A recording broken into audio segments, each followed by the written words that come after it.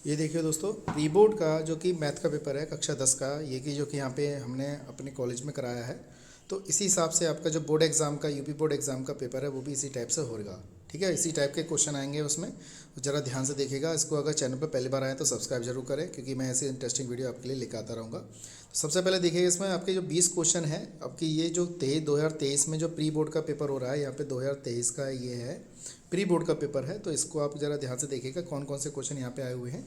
जैसे ये क्वेश्चन आया हुआ है हमारे पास, ज़रा यहाँ पे ध्यान से देखिएगा। जैसे हमारे पास पहला क्वेश्चन हमारा ये है, निम्नलिखित में से कौन सा सहअभाज्य युग्मों का युग्म है।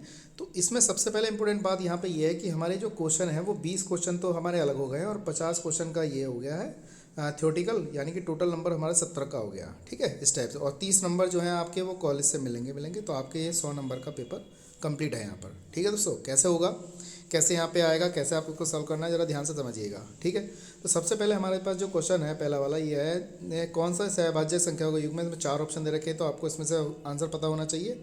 तो अभी मैं सॉल्व नहीं करा रहा हूँ, अभी तो मैं खाली आपको ये पेपर दिखा रहा हूँ। उसके बाद इसको मैं, जब आप मुझे कमेंट बॉक्स में बताएंगे तब इसको मैं सॉल्व करा दूँगा। ठीक है दोस्तों, क्योंकि बोर्ड एग्जाम का पेपर जो है बिल्कुल सेम इसी टाइप से आने के पूरे 101% चांस है। हाँ, 99% अगर आप भी जाएंगे तो कोई दिक्कत नहीं, 1% आपके पास होगा उसको सॉल्व करने के लिए। अगला प्रश्न जैसे हमारे पास दे रखा है, द्विघात समीकरण के मूलों को योगफल ज्ञात कीजिए। तो इस टाइप से प्रश्न ये यहाँ पे मूलों का योगफल हमें ज्ञात करना है। समरूप त्रिभुजों की विशेषता होती है, तो ये तीसरा प्रश्न है। इसके 4 ऑप्शन दे रखे हैं। अगला प्रश्न है cos 60 cos 30 माइनस साइन 60 साइन 30 30 दे रखा है, तो इसके हमें 4 ऑप्शन में से बताना है। ट्रिग्नोमेट्री का क्वेश्चन है। निम्नलिखित में से कौन सी केंद्र प्रवृत्ति की माप नहीं है। बहुत अच्छा क्वेश्चन, बहुत ही इंपॉर्टेंट क्वेश्चन है, बहुत ही इंपॉर्टेंट क्वेश्चन, इसको ध्यान में समझना है आपको, ये आता जरूर है बोर्ड एग्जाम में। अगला है, दो बिंदुओं के निर्देशांक इन बिंदुओं से बने रेखाखंड के मध्य बिंदु के निर्देशांक होंगे, तो ये हमें यहाँ बताना है। ये क्वेश्चन बहुत इंपॉर्टेंट है, क्वेश्चन नंबर 7 है। कैसा होगा इसको बताना है, इसके लिए सॉल्व करके बताना है। द्विघात समीकरण 3x² माइनस 6x प्लस के का मान 0 के मूल समान हो तो के का मान बताइए। द्विघात समीकरण का सवाल हो गया। समांतर माध्य ज्ञात करना, 1 से 15 तक की सम संख्याओं का समांतर माध्य ज्ञात करना है। तो आपका इनके सबके सूत्र अच्छी तरह आपको याद होने चाहिए। ठीक है दोस्तों, ये बात आपको ध्यान से समझनी है। तो इसी क्रम में अगला प्रश्न हमारा जो है वो ये है, वृत्ताकार वलय का क्षेत्रफल ज्ञात करो जिसकी बाह्य और आंतरिक त्रिज्या क्रमशः 14 सेंटीमीटर और 7 सेंटीमीटर दे रखी है। अगला इसके दे रहे 1 से 15 तक की सम संख्याओं का समांतर माध्य। ये क्वेश्चन दोबारा रिपीट हो गया। अगर पेपर बोर्ड एग्जाम में अगर ऐसा प्रश्न आता है तो उसके की टेंशन लेने की जरूरत नहीं, वो सभी को कॉमन नंबर दिए जाएंगे। अब जैसे ये वाला क्वेश्चन हमारा 2 बार आ गया, तो ये क्वेश्चन रिपीट हो रहा है, तो इसका मतलब है आपके सभी को क्वेश्चन नंबर के दिए जाएंगे, नंबर जो है सभी को दिए जाएंगे बराबर बराबर। यदि एक वृत्त का परिमाप 1 वर्ग मीटर 1 वर्ग के परिमाप के बराबर है तो उसके क्षेत्रफल का अनुपात हमें यहाँ पे ज्ञात करना है। अगला दे रखा है, भुजा 6 सेंटीमीटर वाले एक वर्ग के अंतर्गत नीचे जा सकने वाले वृत्त का क्षेत्रफल क्या होगा, वो चीज़ हमें यहाँ पे ज्ञात कर सकते हैं। और सभी को इस समय सभी सूत्र याद होंगे। एक है 14 सेंटीमीटर ऊंचे शंकु के छिन्नक के वृत्ताकार सिरों के त्रिज्या जो है 38 सेंटीमीटर है, और 18 सेंटीमीटर शंकु के छिन्नक की तिरछी ऊंचाई दे रखी है। तो इस टाइप से ये पेपर हमारा इसको सॉल्व कर सकते हैं हम यहाँ पर। एक किनारे पर नुकीली बनाई गई एक बेलनाकार पेंसिल निम्नलिखित का संयोजन है, तो ये चीज़ आपको यहाँ पर देखना है। द्विघात समीकरण का हल बताना है यहाँ पर। देखिए क्वेश्चन हमारा दोबारा रिपीट हो गया, तो यहाँ पे ये कन्फ्यूजन होने की ज़रूरत नहीं है। कोई पेपर में अगर इस टाइप के सवाल आएंगे तो वो चीज़ आपको वहाँ पे कॉमन नंबर सबको दिए जाएंगे। ठीक है, अब 1 से 15 तक की सम संख्याओं का समांतर माध्य, तो बिल्कुल सेम ऐसे ही है।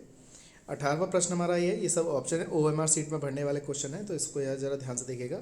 आप पाइथागोरस से कर सकते हैं, वरना डायरेक्ट सर्व समीकरण का प्रयोग करके भी इसको हल कर सकते हैं यहाँ पर। ठीक है दोस्तों, ऐसे ही हमारा अगला प्रश्न अगला जो आएगा वो यहाँ पे देखिए कैसे आए।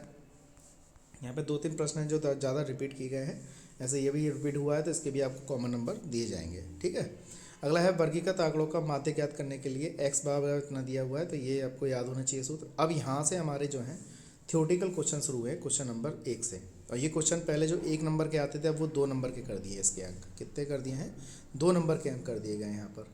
ठीक है दोस्तों, तो ये से अब यहाँ पे हमें थ्योरेटिकल है, इसमें ऑप्शनल नहीं मिलेगा आपको, यहाँ पे लिख के यहाँ पे कॉपी पे करना पड़ेगा। ठीक है, जैसे ये है, इसमें दे रखा किन्हीं 5 खंडों को हल कीजिए। इसमें 6 खंड दे रखे हैं, जैसे हमारे पास ये पहला दे रखा है, दूसरा दे रखा है का खा गा घा ड़ा और चा दे रखा है। तो इसमें से आपको जो आपको अच्छा क्वेश्चन लगते हैं वो 5 क्वेश्चन हल करिएगा यहाँ पर। ठीक है दोस्तों, इसी क्रम में अगला है क्वेश्चन नंबर 2 में, इसमें 3 खंडों को हल कीजिए। जैसे इसमें हमें 4 दे रखी है, 4 अंक का प्रश्न है। ये देखिए पहले 2 दिया है, ये वाला जो खंड था हमारा ये 2 अंकों का था, लेकिन अब ये जो दे रखा है ये 4 अंक का दे रखा है।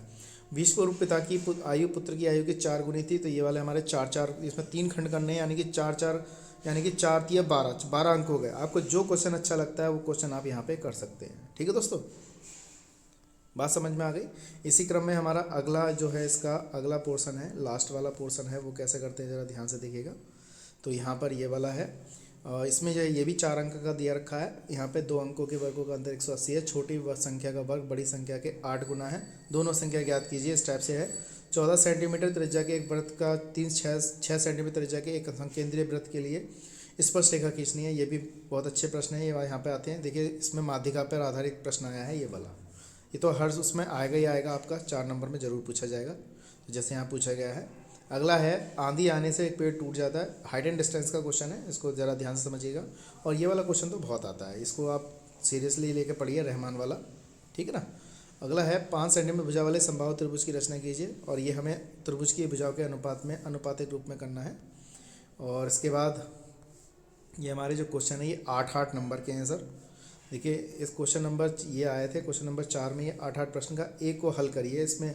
इसमें 2 खंड दे रखे हैं 4 वाले में से एक हल करना है, इसमें भी एक हल करना है। ठीक है, तो ये क्वेश्चन आपको ज़रूर अच्छी तरह प्रैक्टिस करनी है, और जितना हो सके पेपर जो है, बोर्ड एग्जाम में जो पेपर आएगा वो बिल्कुल सेम टू सेम इसी टाइप का आएगा। अगर चैनल पर पहली बार आए तो सब सब्सक्राइब जरूर करें, और जितना हो सके वीडियो को शेयर करिएगा। ठीक है दोस्तों, तो आज के लिए इतना ही। नेक्स्ट पेपर में लेके आऊँगा कल साइंस का, प्री बोर्ड का, तो उसको ज़रा ध्यान से देखिएगा और चैनल को सब्सक्राइब जरूर करें। ठीक है दोस्तों, आज के लिए इतना ही। जय हिंद, वंदे मातरम।